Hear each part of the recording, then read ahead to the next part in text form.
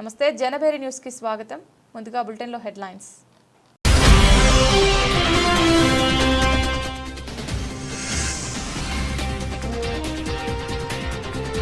Power grid వ్యతిరేక రైతుల పోరాట కమిటీ ఆధ్వర్యంలో ధర్నా చౌక్ లో ధర్నా కార్యక్రమం.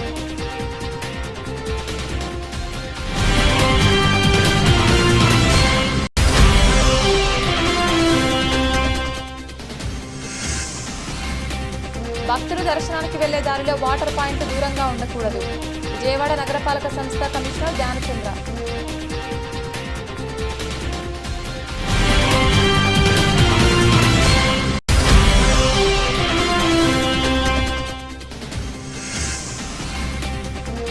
ఇంద్రకీలాద్రిపై శరన్నవరాత్రి ఉత్సవాలు. అన్నపూర్ణాదేవిగా దర్శనమిస్తోన్న అమ్మవారు.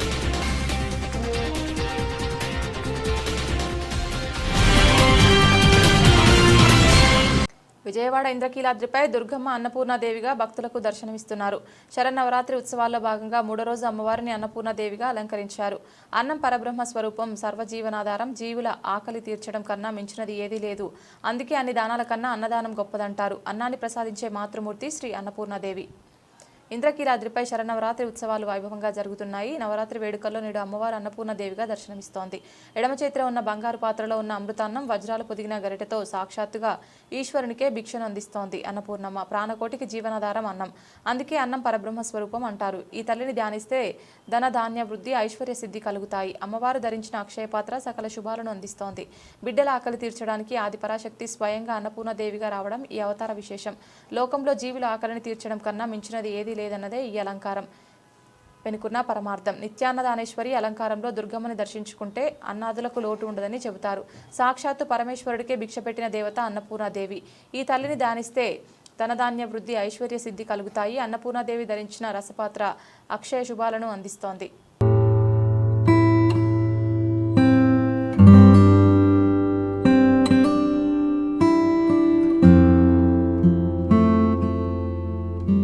భక్తులు దర్శనానికి వెళ్లే దారిలో వాటర్ పాయింట్లు దూరంగా ఉండకూడదని, వారికి అతి చేరువలో ఉండేటట్లు చూసుకోవాలని విజయవాడ నగరపాలక సంస్థ కమిషనర్ ధ్యానచంద్ర హెచ్ఎం అన్నారు.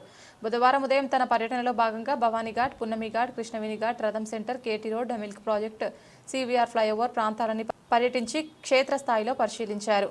ఈ సందర్భంగా కమిషనర్ మాట్లాడుతూ దసరా శరన్నవరాత్రుల ఉత్సవ వేడుకలలో అమ్మవారి దర్శనానికి వచ్చే భక్తులకు త్రాగునీటి సరఫరా అందించడంలో వాటర్ పాయింట్లు ఒకదానికి ఒకటి దూరంగా ఉండకూడదని, భక్తులకు దాహం వేసేలోపు దాహం తీర్చే పాయింట్ ఒకటి ఉండాలని, తను పర్యటించినప్పుడు పలు ప్రాంతాల వద్ద వాటర్ పాయింట్లు దూరంగా ఉన్నాయని గమనించి అక్కడ మరిన్ని కొత్త వాటర్ పాయింట్లు ఏర్పాటు చేయాలని అధికారులను ఆదేశించారు. ప్రస్తుతం దసరా ఉత్సవాలకు 39 వాటర్ పాయింట్లు పెట్టినప్పటికీ భక్తుల అవసర నిమిత్తం ఇంకో 2 పాయింట్లు పెంచామని chief engineer R Srinath Reddy అన్నారు. ఇంజనీర్లు క్షేత్రస్థాయిలో పరిశీలించి మరిన్ని వాటర్ పాయింట్లు అవసరానికి తగ్గట్లుగా పెంచాలని అధికారులను ఆదేశించగా ప్రస్తుతం 49 వాటర్ పాయింట్లను భక్తుల సౌకర్యార్థం ఏర్పాటు చేశారు.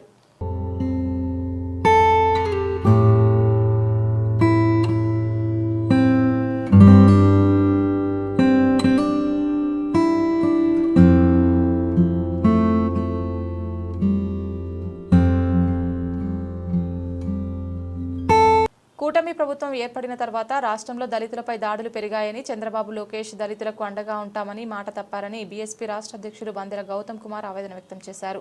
అధికారం రాకముందు పవన్ కళ్యాణ్ సుగాలి ప్రతికి న్యాయం చేస్తానని మాట ఇచ్చి నిలబెట్టుకోలేదని, పవన్ కళ్యాణ్ సినిమాల్లో పవర్ స్టార్, రాజకీయాల్లో డూప్ స్టార్లా ఉన్నారని ఎద్దేవా చేశారు. రాష్ట్రంలో దళితులపై జరుగుతున్న దాడులు నిరసిస్తూ గాంధీనగర్ ధర్నా చౌక్లో బీఎస్పీ పార్టీ ఆధ్వర్యంలో దళిత రణబేరీ కార్యక్రమం జరిగింది. ఈ కార్యక్రమానికి రాష్ట్ర అధ్యక్షులు బందెల గౌతమ్ కుమార్, మాజీ MLC Attar Singh Rao, BSP central coordinator Suresh Arya, BSP రాష్ట్ర ప్రధాన కార్యదర్శి పుష్పరాజ్ తదితరులు పాల్గొని మాట్లాడుతూ అధికారం చేతికొచ్చిన తర్వాత కూటమి ప్రభుత్వం దుర్మార్గంగా వ్యవహరిస్తుందన్నారు. చట్టం తన పని తాను చేసుకోబోతుందని పవన్ కళ్యాణ్ నీతి వ్యాఖ్యలు చెప్పడం దుర్మార్గమన్నారు. గుంటూరు, సత్యసాయి, అనంతపురం, గోదావరి జిల్లాలో దళితులపై దాడులు ఎక్కువగా జరిగాయన్నారు. డిప్యూటీ స్పీకర్ రఘురామకృష్ణరాజు అహంకారమన్నారు. రఘురామకృష్ణరాజు డాక్టర్ బిఆర్ అంబేద్కర్ చిత్రపటాన్ని చింపేస్తే కూటమి ప్రభుత్వం ఎందుకు స్పందించలేదన్నారు. समय समय पर जिन लोगों की सरकार भारत में रही, केंद्र में रही, स्टेट में जिन लोगों की सरकार रही, सबसे ज़्यादा सरकार केंद्र में और स्टेट में कांग्रेस पार्टी की रही। और देश की आज़ादी के बाद देश में हुए आम चुनाव के बाद जात पात के नाम पर, ऊंच नीच के नाम पर, अमीर गरीबी के नाम पर उसे देश में अनुसूचित जाति जनजाति ओबीसी समाज के साथ समय समय पर अन्याय व अत्याचार होता रहा है और समय समय पर अनुसूचित जाति जनजाति और ओबीसी समाज की बहन बेटियों की इज्जत को आबरू को रौंद देने का काम ये सामंतवादी पैसे वाले लोगों ने किया है और समय समय पर इसका विरोध बहुजन समाज में जन्मे सभी संत महापुरुषों ने किया है। परम पूज्य बोधिसत्व बाबा साहब ने अपने समय में किया, मान्यवर काशीराम साहब ने अपने समय में किया और आज जो इस देश में और प्रदेश में जहाँ जहाँ भारतीय जनता पार्टी की सरकार है, कांग्रेस पार्टी की सरकार है, वहाँ पर जात पात के नाम पर, ऊंच नीच के नाम पर, अमीरी गरीबी के नाम पर अनुसूचित जाति जनजाति के लोगों के साथ, उनकी बहन बेटियों के साथ अन्याय व अत्याचार व बलात्कार चरम सीमा पर हो रहा है और उसी परिप्रेक्ष्य में एक दिन का यहाँ पर రాష్ట్రంలో కూటమి ప్రభుత్వం తెలుగుదేశం పార్టీ జనసేన భారతీయ జనతా పార్టీ కూటమి ప్రభుత్వం ఏర్పాటైన తర్వాత ఏదైతే ప్రతిపక్షంలో ఉన్నప్పుడు చంద్రబాబు నాయుడు గారు ఆంధ్రప్రదేశ్ రాష్ట్రంలో దళితులపై విపరీతంగా దాడులు జరిగిపోతూ ఉన్నాయి. ఆంధ్రప్రదేశ్ రాష్ట్రంలో దళితులపైన దాడులంతా కూడా మేము వాళ్ళకు రక్షణగా ఉంటామని చెప్పి మాట్లాడినటువంటి చంద్రబాబు నాయుడు గతంలో యువగలం పాదయాత్ర పేరుతో నారా లోకేష్ ఏర్పాటు చేసినటువంటి పాదయాత్రలో భాగంగా ఆయన మాట్లాడుతూ ఆయన చెప్పిన మాటలు ఏంటంటే జగన్మోహన్ రెడ్డి అధికారంలో ఉన్నాడు, జగన్మోహన్ రెడ్డి అధికారంలో ఉన్నప్పుడు ఇక్కడ దేశంలో రాష్ట్రంలో దళితులపైన విపరీతంగా దాడులు జరుగుతాయన్నాడు. అది వాస్తవం. గతంలో జగన్మోహన్ రెడ్డి అధికారంలో ఉన్నప్పుడు కూడా డాక్టర్ సుధాకర్ ప్రాణకోటికి జీవనాధారం అన్నం, అందుకే అన్నాన్ని పరబ్రహ్మ స్వరూపం అంటారు. లోకంలో జీవుల ఆకలిని తీర్చడం కన్నా మించింది ఇంకోటి లేదు. విజయవాడ ఇంద్రకీలాద్రిపై దుర్గమ్మ దర్శనానికి వచ్చే భక్తుల కోసం దేవస్థానం తరపున ప్రతిరోజు అన్నదానం చేస్తున్నారు. దుర్గమ్మ దర్శనానికి వచ్చే భక్తులు ప్రతిరోజు అమ్మవారి అన్నప్రసాదాన్ని స్వీకరించి వెళ్తున్నారు. ప్రతిరోజు సుమారు 20,000 నుంచి 30,000 మంది భక్తులు అమ్మవారి అన్నప్రసాదాన్ని స్వీకరిస్తున్నారు. నేడు అన్నపూర్ణదేవి అలంకారం కావడంతో దుర్గమ్మ దర్శనానికి చేసిన భక్తులు అధిక సంఖ్యలో అన్నప్రసాదాన్ని స్వీకరించారు. విజయవాడ ఇంద్రకీలాద్రిపై దసరా మహోత్సవాలు వైభవంగా జరుగుతున్నాయి. దుర్గమ్మ దర్శనానికి వచ్చే భక్తులకు దేవస్థానం తరపున ఏర్పాటు చేసిన అన్నదానం చేస్తున్నారు. ప్రతిరోజు ఉదయం 6 గంటల నుంచి 10 గంటల వరకు పులిహోర, కట్టె పొంగలి, దద్దోజనం అమ్మవారి ప్రసాదంగా పెడుతున్నారు. అనంతరం 11 గంటల నుంచి సాయంత్రం 5 గంటల వరకు అన్నప్రసాదం పెడుతున్నారు. అన్నం, పులిహోర, బెల్లం పొంగలి, పప్పు, సాంబార్, పెరుగు ఇలా రోజుకు 4-5 రకాల వెరైటీలతో భోజనం పెడుతున్నారు. ప్రతిరోజు మెను మారుస్తున్నారు. రోజు సుమారు 20,000 నుంచి 30,000 మంది భక్తులు అన్నప్రసాదం స్వీకరిస్తున్నారు. అన్నప్రసాదం కోసం నూతనంగా నిర్మించిన భవనంలో అన్నదానం చేస్తున్నారు. ఫెసిలిటీస్ అన్ని చాలా బాగున్నాయండి. ముందు మీద చాలా బెటర్గా ఉన్నాయండి. అది చాలా బాగుందండి. అన్నీ బాగున్నాయండి. రాజమండ్రి నుంచి వచ్చామండి. చాలా బాగున్నాయండి. సార్ అమ్మవారి అలంకరణ అంతా బాగుందండి. చాలా బాగా దర్శనం జరిగిందండి. అన్నదానం చాలా బాగుందండి. అంతా బాగుందండి. మేము రాజమండ్రి పెడుతున్నారండి. ఎంత కావాలంటే అంత పెడుతున్నారండి. చాలా బాగుందండి. భోజనం బాగుంది, అన్నీ బాగున్నాయి. పులిహార బాగుంది, స్వీట్ బాగుంది, అన్నీ బాగున్నాయి. సార్ బాగుందండి. పరవన్నం, పులిహార, పప్పు, ఫ్రై, మజ్జిగ బాగుందండి. బాగుంది సార్. ఓకే. స్వీటు, హాట్, పులిహోర, గోంగూర పచ్చడి, సాంబారు అంత బాగుందండి. టేస్ట్ కూడా చాలా బాగుంది. అన్నం, పప్పు, కూర బాగున్నాయండి. చాలా బాగా ఏర్పాటు చేశారండి. ఏమండి అన్నీ పప్పు, చక్కెర పొంగలు, పులిహార, అరటికాయ కూర, గోంగూర చట్నీ, పప్పు, సాంబారు, మజ్జిగ, రైసు చాలా చాలా బాగుందండి. ఎంతమందికి ఈ రకంగా ఏర్పాటు చేయడం అనేది చాలా సంతోషకరంగా ఉంది. చంద్రబాబు నాయుడు గారికి, కొలుసు మంత్రి గారు అయిన కొలుసు పార్థసారథి గారికి ఈ సందర్భంగా కృతజ్ఞతలు తెలియజేస్తున్నాం. ఏం సార్ చాలా బాగుంది. అన్నప్రసాదం చాలా బాగుంది. మంత్రి గారు శారది గారి వల్ల మేము కూడా అమ్మవారిని బాగా దర్శనం చేసుకున్నాం. అన్నీ ఇక్కడ ఏర్పాట్లు కూడా అన్నీ బాగుంది. Okay sir. బాగుండే భోజనాలు అన్నీ పెట్టారు. కూరలు బాగుండే. అమ్మవారి దయ వల్ల అంతా జనం అన్ని మీటింగ్ చేస్తున్నారు బాగా. అదిగో బాబు కూడా 2013 భూసేకరణ చట్టాన్ని తుంగలో తొక్కి రాష్ట్ర ప్రభుత్వం అన్యాయంగా రైతుల వద్ద భూములు లాక్కొని ప్రైవేట్ కంపెనీలకు కట్టబెడుతోందని ఆంధ్రప్రదేశ్ రైతు సంఘం ప్రధాన కార్యదర్శి ప్రభాకర్ రెడ్డి స్పష్టం చేశారు. ప్రభుత్వ విధానంపై శ్రీకాకుళం నుండి చిత్తూరు జిల్లా వరకు ప్రజలు వ్యతిరేకిస్తున్న ప్రభుత్వం పట్టించుకోవడం లేదని ఆగ్రహం వ్యక్తం చేశారు. పవర్ గ్రిడ్ వ్యతిరేక రైతుల పోరాట కమిటీ ఆధ్వర్యంలో ధర్నా చౌక్లో ధర్నా కార్యక్రమం నిర్వహించబడింది. ఈ కార్యక్రమంలో పలు రైతు సంఘాల నాయకులు, రైతు కూలీ సంఘాల నాయకులు పాల్గొన్నారు. సందర్భంగా వారు మాట్లాడుతూ కూటమి ప్రభుత్వం సారవంతమైన భూములను లాక్కొని రైతుల కడుపులు కొడుతుందన్నారు. పవర్ గ్రిడ్ల కోసం అన్యాయంగా రైతుల నుండి వేలాది ఎకరాలు బలవంతంగా తీసుకుంటుందన్నారు. ప్రభుత్వం రైతు వ్యతిరేక విధానాలను విడనాడాలన్నారు. లేకుంటే రాష్ట్ర వ్యాప్త ఉద్యమాలు చేస్తామన్నారు. తెలుగుదేశం కూటమి ప్రభుత్వం 2013 భూసేకరణ చట్టాన్ని తుంగలో తొక్కి బలవంతంగా భూసేకరణ పూనుకుంటుంది. శ్రీకాకుళం నుండి చిత్తూరు వరకు ప్రతి జిల్లాలో కూడా వేల ఎకరాల భూములను ప్రైవేట్ కంపెనీలు కట్టబెడుతుంది. అట్లే ఎస్సీ జెడ్ పేరుతోటి, బల్క్ పరిశ్రమ పేరుతోటి, సోలార్ పరిశ్రమ పేరుతోటి అడ్డగోలుగా భూసేకరణకు పాల్పడుతుంది. మేము డిమాండ్ చేస్తున్నాం, రైతు వ్యవసాయ కార్మిక కౌలు రైతు సంఘాల తరఫున ఈ రక 2013 చట్టాన్ని ఉల్లంఘించడం ఇది చట్టరీత్యా నేరం అని చెప్పేసి ప్రభుత్వానికి తెలియజేస్తున్నాం. ఎక్కడికెక్కడ ప్రజలు ప్రతిఘటిస్తున్నారు. అయినా సరే నిర్బంధం ప్రయోగించి తప్పుడు కేసులు పెట్టి జైల్లో పెట్టి ఈ రక భూములు లాక్కునే ప్రయత్నం చేస్తున్నారు. ఎవరిచ్చారు మీకు హక్కు అని చెప్పేసి అడుగుతున్నాం. 2013 చట్టం చాలా స్పష్టంగా చెబుతోంది, గ్రామ సభ జరపాలి, ప్రజల యొక్క ఆమోదం తీసుకోవాలి, ఆ తర్వాతనే భూముల్లో ప్రవేశించాలి. కానీ ఎక్కడ గ్రామ సభల ఆమోదం లేదు. గ్రామ సభలు వ్యతిరేకించిన చోట కూడా దౌర్జన్యంగా ఈరోజు రైతుల భూములు తీసుకుంటున్నారు. వ్యవసాయ కార్మికులకు ఉపాధి పోతుంది, కౌలు రైతులకు ఉపాధి పోతుంది, రైతుల భూములు కోల్పోతున్నారు. ఇందుకోసమే హామీ పరిపాలన అని చెప్పేసి అడుగుతున్నాం. ప్రజలు ఓట్లేస్తే, రైతులు ఓట్లేస్తే, వ్యవసాయ కూలీలు ఓట్లేస్తే అధికారులకు వచ్చిన మీ ప్రభుత్వం కార్పొరేట్ కంపెనీలకు సేవలు చేస్తూ ఉంది. ఈ రకమైనటువంటి కార్పొరేట్ అనుకూల వైఖరి మార్గమని చెప్పేసి ఈరోజు మేము ధర్నా చేస్తున్నాం. మేము డిమాండ్ చేస్తున్నాం, ప్రభుత్వం స్పందించాలి, రైతులకు న్యాయం జరగాలి, కూలీలకు న్యాయం జరగాలి. అప్పుడు మాత్రం ఈ ప్రభుత్వానికి మనకు ఉంటుందని చెప్పేసి స్పష్టంగా తెలియజేస్తున్నాం. ప్రభాకర్ రెడ్డి, ఆంధ్రప్రదేశ్ రైతు సంఘం రాష్ట్ర ప్రధాన కార్యదర్శి. ప్రపంచ ప్రఖ్యాత America Stanford university Elsevier database విడుదల చేసిన ప్రపంచ అగ్రశ్రేణి 2% శాస్త్రవేత్తల జాబితాలో ఆంధ్రప్రదేశ్లోని కేఎల్ యూనివర్సిటీ మరోసారి ప్రతిభ చాటింది. ఈ ప్రతిష్టాత్మక జాబితాలో 20 మంది కేఎల్ యూనివర్సిటీ అధ్యాపకులు చోటు దక్కించుకోవడం విశేషం. భారతదేశంలోని ప్రముఖ ఉన్నత విద్యా సంస్థల్లో ఒకటైన కేఎల్ యూనివర్సిటీ ప్రపంచవ్యాప్తంగా ప్రశంసలు పొందిన స్టాన్ఫోర్డ్ విశ్వవిద్యాలయం ఎల్సెవియర్ డేటాబేస్లు ప్రకటించిన జాబితా ప్రకారం వర్సిటీలోని అధ్యాపక బృందంలో 20 మంది ప్రపంచంలోని టాప్ 2% శాస్త్రవేత్తలుగా గుర్తింపు పొందారని ప్రకటించడానికి గర్వంగా ఉందని vice chancellor doctor G Parthasarathi Varma తెలిపారు.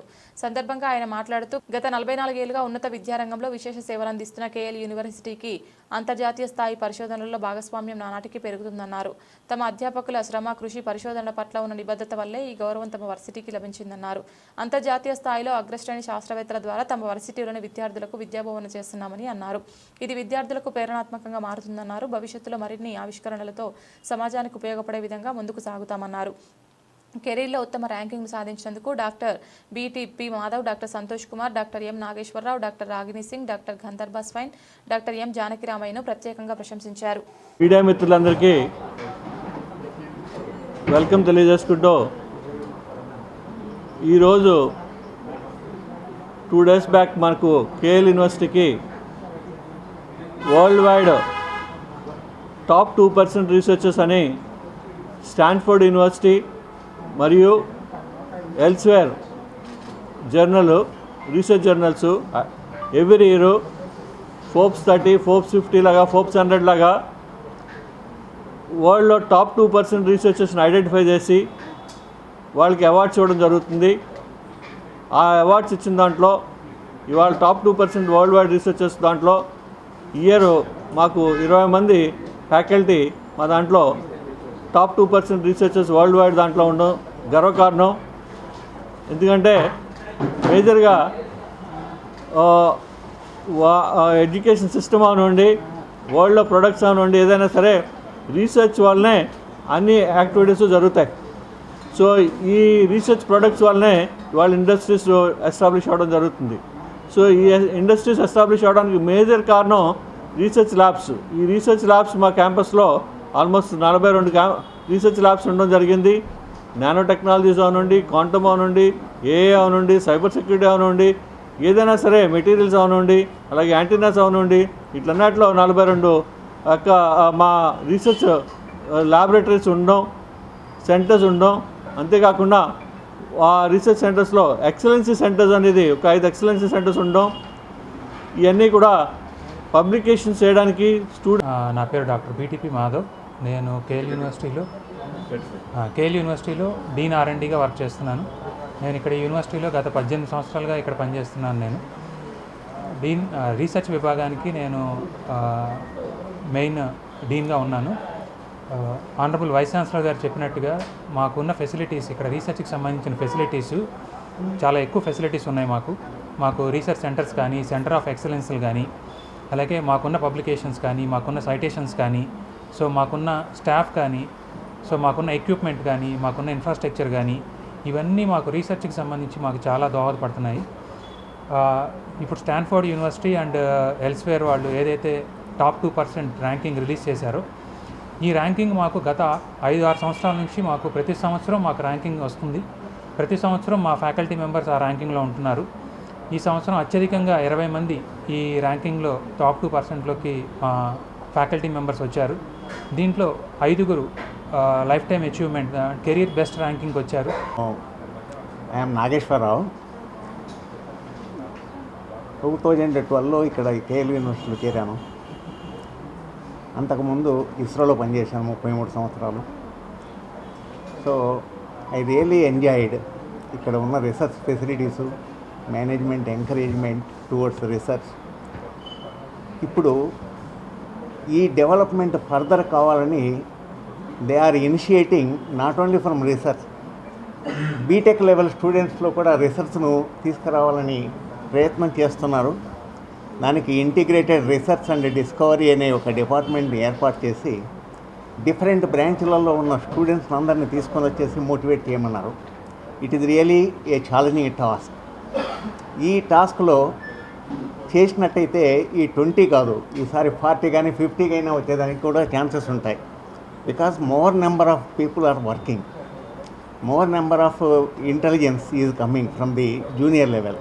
వాళ్ళ దగ్గర నుంచి వచ్చినట్టయితే one day will become in the top most level. So మిగతా యూనివర్సిటీలు కూడా మన దగ్గర నేర్చుకునేటట్టు ఉండాలి. అది మా కోరిక. ఇక్కడ మేనేజ్మెంట్ కూడా దానికి చాలా ఎంకరేజ్ ఇస్తుంది.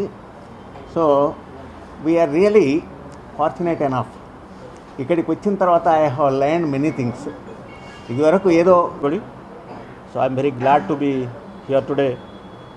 So actually I join in KL university in the year 2015 as a professor in CSE department. Since that day I started my interest towards research, and I had done a lot of research in the topics like data hiding, information security, blockchain and wireless sensor networks. In the process I have guided 10 PhDs and 20 MTech students and more than 100 BTech students. During my last 10 to 11 years of journey in KL University as a professor, I preferred research and teaching both parallelly. Last 5 years, Stanford University, in association with Elsevier, has listed the top researchers of the world by a list called top 2% researchers of the world. So in this list, what Stanford University is taking the number of articles published by the researcher, age single author, age first author, age last author, and the citation of these articles. Furthermore, the H index and HM1. My name is Santosh Kumar. I'm working as a full professor and advisor R&D in KL deemed to be University.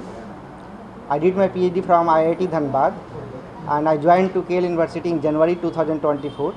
Before I joined here, I was working in China for last 6 years. So in China mainly I was working on the experimental work. So I was the bigger hope that can I get this kind of the facility in India.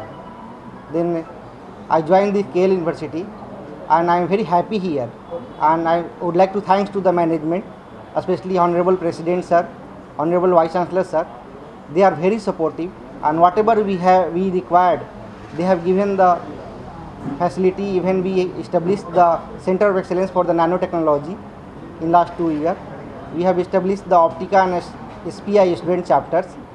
So currently many BTech, MTech and PhD students are working in our lab, and I am glad to inform that first time from the Andhra Pradesh, one of our PhD students is going to USA next month to attend the Ragini Singh, and I am basically working on the nanomaterials and the nanobiotechnology. And I have joined KL University in January 2024. And after there, I am working here on so many projects with so many BTech, MTech and the PhD students. And I am working on the synthesis of the nanomaterial and its application in the cancer cell therapeutics as well as in the biosensing applications. And everything we are getting here is enough for our research, and is a very good facilities available here in the Center of the Nanotechnology also, and elsewhere in the Biotechnology department also. So we are very much happy to conduct our research here. Thank you so much. Dasara ఉత్సవాల్లో VIP దర్శనాంశం శాసన మండలిలో చర్చనీయాంశమైంది. ఎమ్మెల్సీలకు అమ్మవారి దర్శన భాగ్యం కల్పించాలని శాసన మండలి చైర్మన్ కోరారు. ఆలయ అధికారులు తన ఫోన్ కూడా తీయడం లేదని ఆవేదన వ్యక్తం చేశారు. కొయ్య మోషనురాజు సమస్యను పరిష్కరిస్తానంటూ మంత్రి నాదెండ్ల స్పందించారు. విజయవాడ ఇంద్రకీలాద్రిపై జరుగుతున్న దసరా ఉత్సవాల్లో ఆలయ అధికారుల తీరు ఏమాత్రం సరిగ్గా లేదని పలువురు వీఐపీలు ఆవేదన చెందుతున్నారు. అసెంబ్లీ సమావేశాలు జరుగుతున్న సమయం కావడంతో ఉదయం లేదా సాయంత్రం సభ్యులు అమ్మవారిని దర్శించుకునేందుకు ఆసక్తి చూపుతున్నారు. అయితే ప్రోటోకాల్ ప్రకారం దర్శనం పొందాలని వారు చేస్తున్న ప్రయత్నాలకు స్పందించేవారు లేరు. దీంతో దర్శనానికి వచ్చిన వారు ఇబ్బందులు ఎదుర్కొంటున్నారు. ఇదే విషయం బుధవారం శాసన మండలి సమావేశంలో మండలి చైర్మన్ ప్రశ్నోత్తరాలతో ప్రస్తావించారు. తన ఫోన్లో కూడా స్పందించడం లేదన్నారు. మంత్రి నాదెండ్ల మనోహర్ స్పందించి ఎమ్మెల్యేలు, ఎమ్మెల్సీలు దర్శనాలు సజావుగా సాగేలా చూస్తానని స్పష్టం చేశారు. క్వశ్చన్ నెంబర్ 14005 నాదెండ్ల మనోహర్ గారు, ప్లీజ్ కూర్చోండి. ప్లీజ్ కూర్చోండి. ప్లీజ్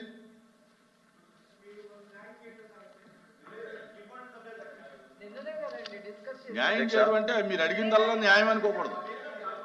గౌరవ సభ్యులు అడిగిన ప్రశ్నకు అధ్యక్ష సమాధానం 2024 జూన్ నుండి పీడిఎస్ బియ్యం అక్రమ రవాణా మళ్లింపుకు అరికట్టడానికి ప్రభుత్వం కఠినమైన చర్యలు తీసుకుంటుంది అధ్యక్ష. పోలీసు మరియు నిఘా అధికారుల సమన్వయంతో పౌర సరఫరాల శాఖ ప్రత్యేక అమలు కార్యక్రమాలను నిర్వహిస్తోంది. జిల్లా స్థాయిలో టాస్క్ ఫోర్స్ను ఏర్పాటు చేయడమైంది అధ్యక్ష. తనిఖీలు మరియు అమలు కోసం కొత్త చెక్ పోస్టులను ఏర్పాటు చేయడమైంది. 1955 నిత్యావసర సరుకుల చట్టం మరియు 2018 ఆంధ్రప్రదేశ్ రాష్ట్ర లక్షిత ప్రజా పంపిణీ వ్యవస్థ ఉత్తర్వుల్లోని నిబంధనల ప్రకారం కేసుల్ని నమోదు చేస్తున్నాం అధ్యక్ష.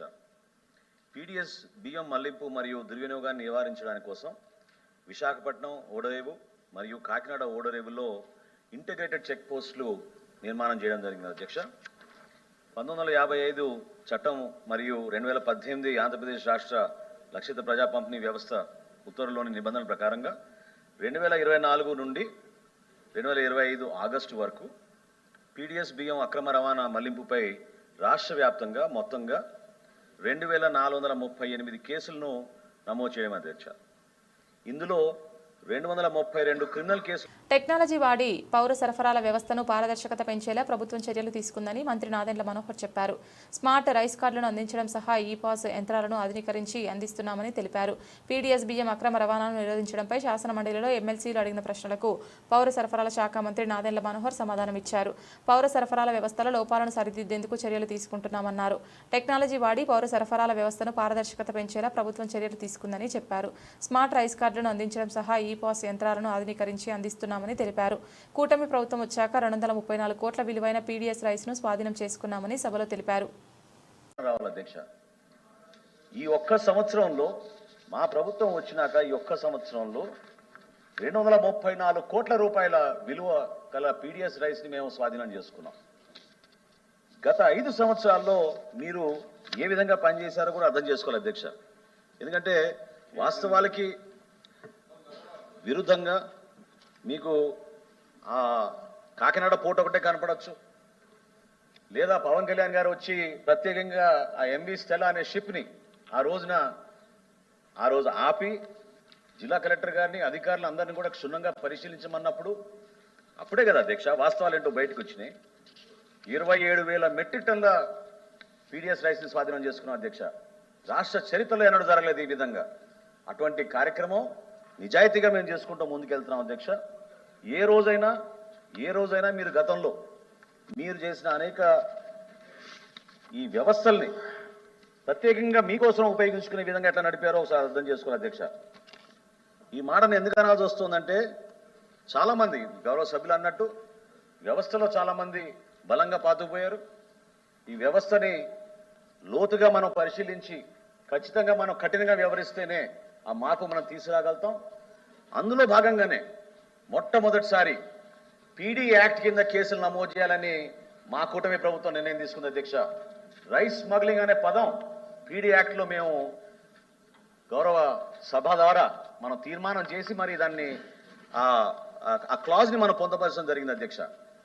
ఈ విధంగా మేము చేసిన కేసుల్లో అన్ఫార్చునేట్గా ఏంటంటే అధ్యక్ష 6A కేసులు కానీ 7A కేసులు కూడా అవి రాష్ట్ర పురోభివృద్ధి సంక్షేమ కార్యక్రమాల అమలు, పరిశ్రమల, సాంకేతిక రంగాల అభివృద్ధి వంటి అంశాల్లో ప్రభుత్వ ఉద్యోగులు కీలక పాత్ర పోషిస్తున్నారని, అయితే వారి సమస్యల పరిష్కారంపై ప్రభుత్వం నిర్లక్ష్య వైఖరి ప్రదర్శిస్తోందని AP NGO JAC chairman Alaparthi Vidyasagar అన్నారు.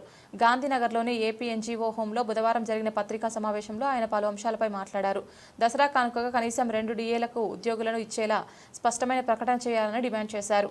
గత ప్రభుత్వంలో ఉద్యోగులు అనేక విధాలుగా నష్టపోయారని, ఈ నేపథ్యంలో కొత్త ప్రభుత్వానికి 7.5 కాలం సహకరించినప్పటికీ సమస్యలు ఇప్పటికీ అపరిష్కృతంగానే ఉన్నాయన్నారు. గత ప్రభుత్వం ఉద్యోగులకు 27,000 కోట్ల బకాయిలు ఉంచిందన్నారు. నూతన ప్రభుత్వం కొంత బకాయిలు చెల్లింపు జరిగినప్పటికీ ఉద్యోగులకు సంబంధించిన సమస్యల్లో సింహభాగం అపరిష్కృతంగా ఉన్నాయని తెలిపారు. ప్రస్తుతం 4 DAలు పెండింగ్లో ఉండగా తక్షణమే దసరా పండుగకు DA ప్రకటించి ఉద్యోగులకు తాత్కాలిక ఉపశమనం కలిగించాలన్నారు.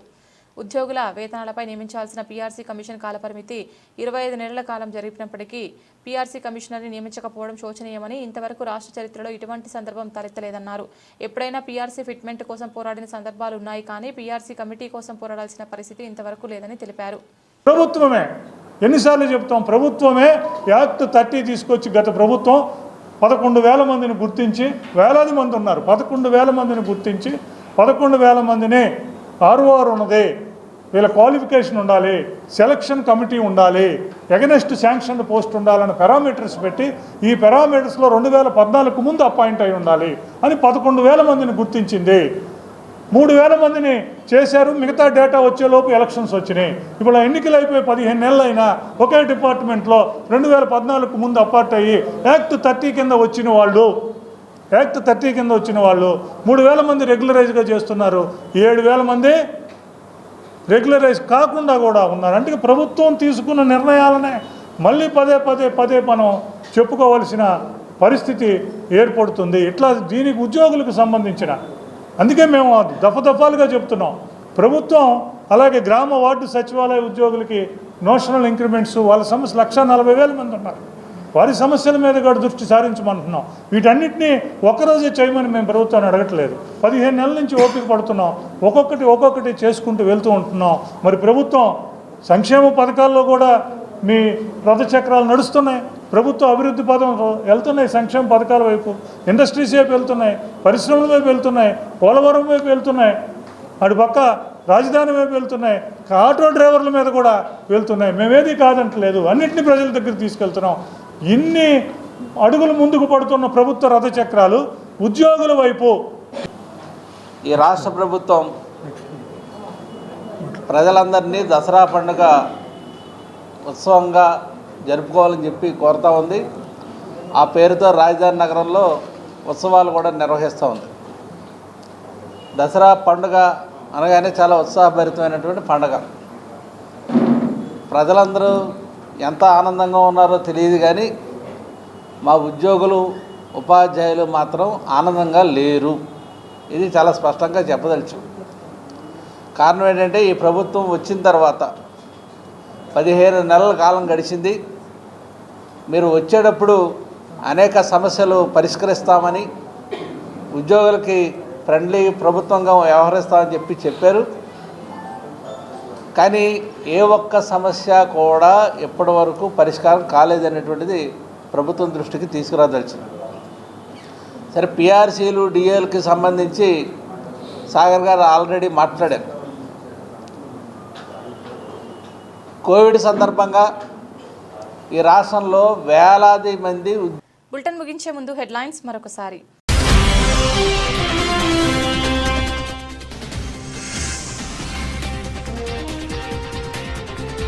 పవర్ గ్రిడ్ వ్యతిరేక రైతుల పోరాట కమిటీ ఆధ్వర్యంలో ధర్నా చౌక్లో ధర్నా కార్యక్రమం.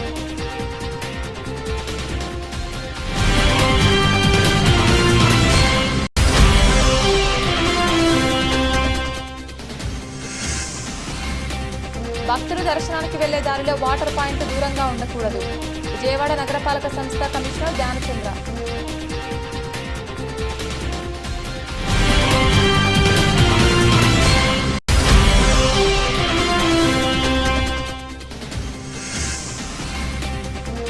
ఇంద్రకీలాద్రిపై శరన్నవరాత్రి ఉత్సవాలు.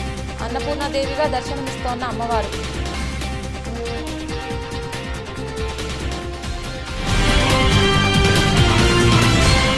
ఇది ఇవాల్టి బులెటిన్. తిరిగి మరొక బులెటిన్లో మళ్ళీ కలుద్దాం. అంతవరకు సెలవు. నమస్కారం.